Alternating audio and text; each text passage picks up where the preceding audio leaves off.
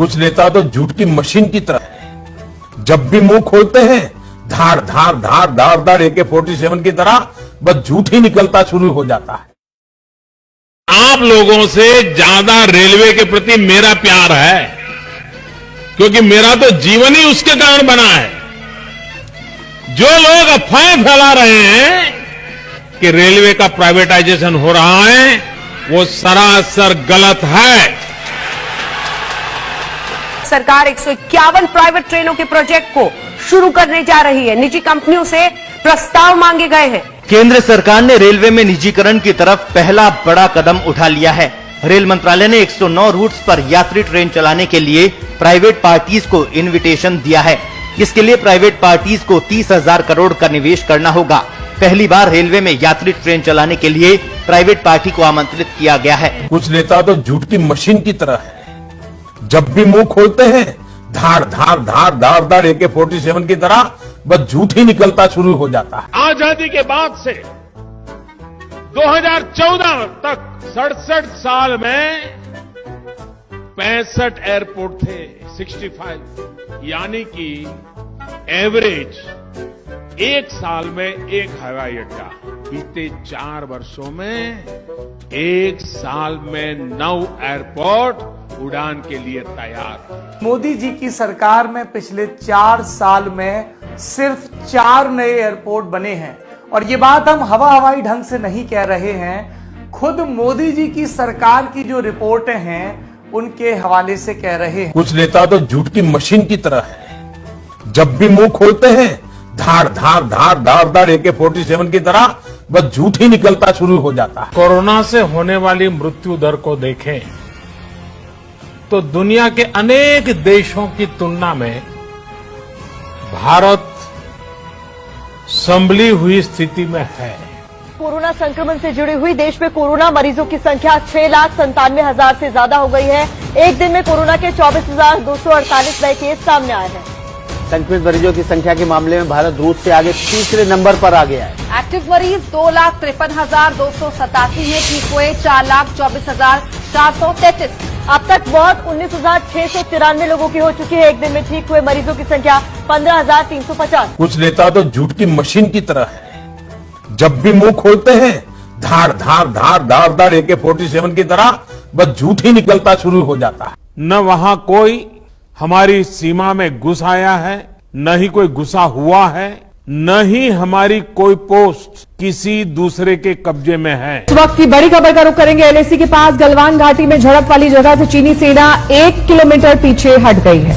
दोनों सेना बातचीत के बाद नई पोजीशन में आ गई हैं। बफर जोन बनाने पर सहमति हुई है। ये तय हुआ है कि इसका उल्लंघन दोनों पक्ष नहीं करेंगे। और बड़ी खबर इस वक्त आ रही है कि LAC पर झड़प वाली जगह से चीनी सेना पीछे हटी है, करीब 1 किलोमीटर। कुछ नेता तो झूठ की मशीन की तरह है। जब भी मुंह खोलते हैं धार धार धार धार धार AK-47 की तरह बस झूठ ही निकलता शुरू हो जाता है। भाइयों बहनों, 50 दिन मेरी मदद करें। देश 50 दिन मेरी मदद करे।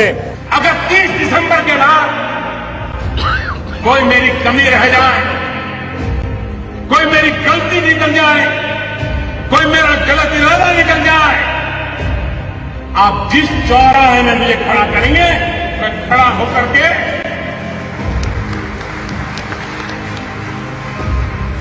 देश जो सजा करेगा वो सजा भुगतने के लिए तैयार। देश में काले धन को मिटाने के लिए नोटबंदी का फैसला लिया गया था, लेकिन काला धन समाप्त होना तो दूर, उल्टे देश की अर्थव्यवस्था ही चौपट हो गई। 70 साल सबसे खराब दौर से गुजर रही है अर्थव्यवस्था। इस दौरान ये राजीव कुमार ने कहा है, नीति आयोग के उपाध्यक्ष ने, कि 70 साल में सबसे खराब दौर से अर्थव्यवस्था गुजर रही है। नोटबंदी और GST के बाद ये तमाम असर देखने को मिल रहे हैं। कुछ नेता तो झूठ की मशीन की तरह है। जब भी मुंह खोलते हैं धार धार धार धार धार AK-47 की तरह बस झूठ ही निकलता शुरू हो जाता है। कोई कांग्रेसी परिवार का व्यक्ति शहीद वीर भगत सिंह को मिलने गया था। प्रधानमंत्री मोदी जी, आप गलत सवाल कर गए। जवाहरलाल नेहरू ने न सिर्फ लाहौर सेंट्रल जेल में भगत सिंह से मुलाकात की, बल्कि उन्होंने इसके बारे में लिखा भी। 1929 में जब भारतीय स्वतंत्रता संग्राम तेज हो रहा था, तो भगत सिंह और बटुकेश्वर दत्त ने अंग्रेजों का ध्यान आकर्षित करने के लिए दिल्ली के ब्रिटिश विधानसभा हॉल पर बम फेंका। वो इसके लिए गिरफ्तार किए गए और जेल भेजे गए। भगत सिंह ने जेल की स्थिति को बेहतर बनाने का मुद्दा उठाया और जेल में भूख हड़ताल शुरू की। उनकी भूख हड़ताल अनिश्चितकालीन हो चली। तब 40 साल के जवाहरलाल नेहरू ने जेल का दौरा किया और भूख हड़ताल पर बैठे भगत सिंह और अन्य लोगों से मुलाकात की। कुछ नेता तो झूठ की मशीन की तरह है। जब भी मुंह खोलते हैं धार धार धार धार धार AK-47 की तरह बस झूठ ही निकलता शुरू हो जाता है। पाकिस्तान से युद्ध जीता जनरल थिमैया जी के नेतृत्व में, लेकिन उस पराक्रम के बाद कश्मीर को बचाने वाले जनरल थिमैया का उस समय के प्रधानमंत्री नेहरू और उस समय के रक्षा मंत्री कृष्णा मेनन ने बार बार अपमान किया था, और इसी के कारण जनरल थिमैया को अपने पद से सम्मान के खातिर इस्तीफा देना पड़ा था। 1948 में थिमैया इंडियन आर्मी के चीफ नहीं थे, एक ब्रिटिशर जनरल रॉय बुशर इस पोस्ट पर थे। थिमैया 1957 में आर्मी चीफ बने और इस पोस्ट पर 1961 तक रहे। जनरल थिमैया ने 1948 में ना तो रिजाइन किया और ना ही रेजिग्नेशन ऑफर किया, और ना ही नेहरू ने उनका कभी अपमान किया।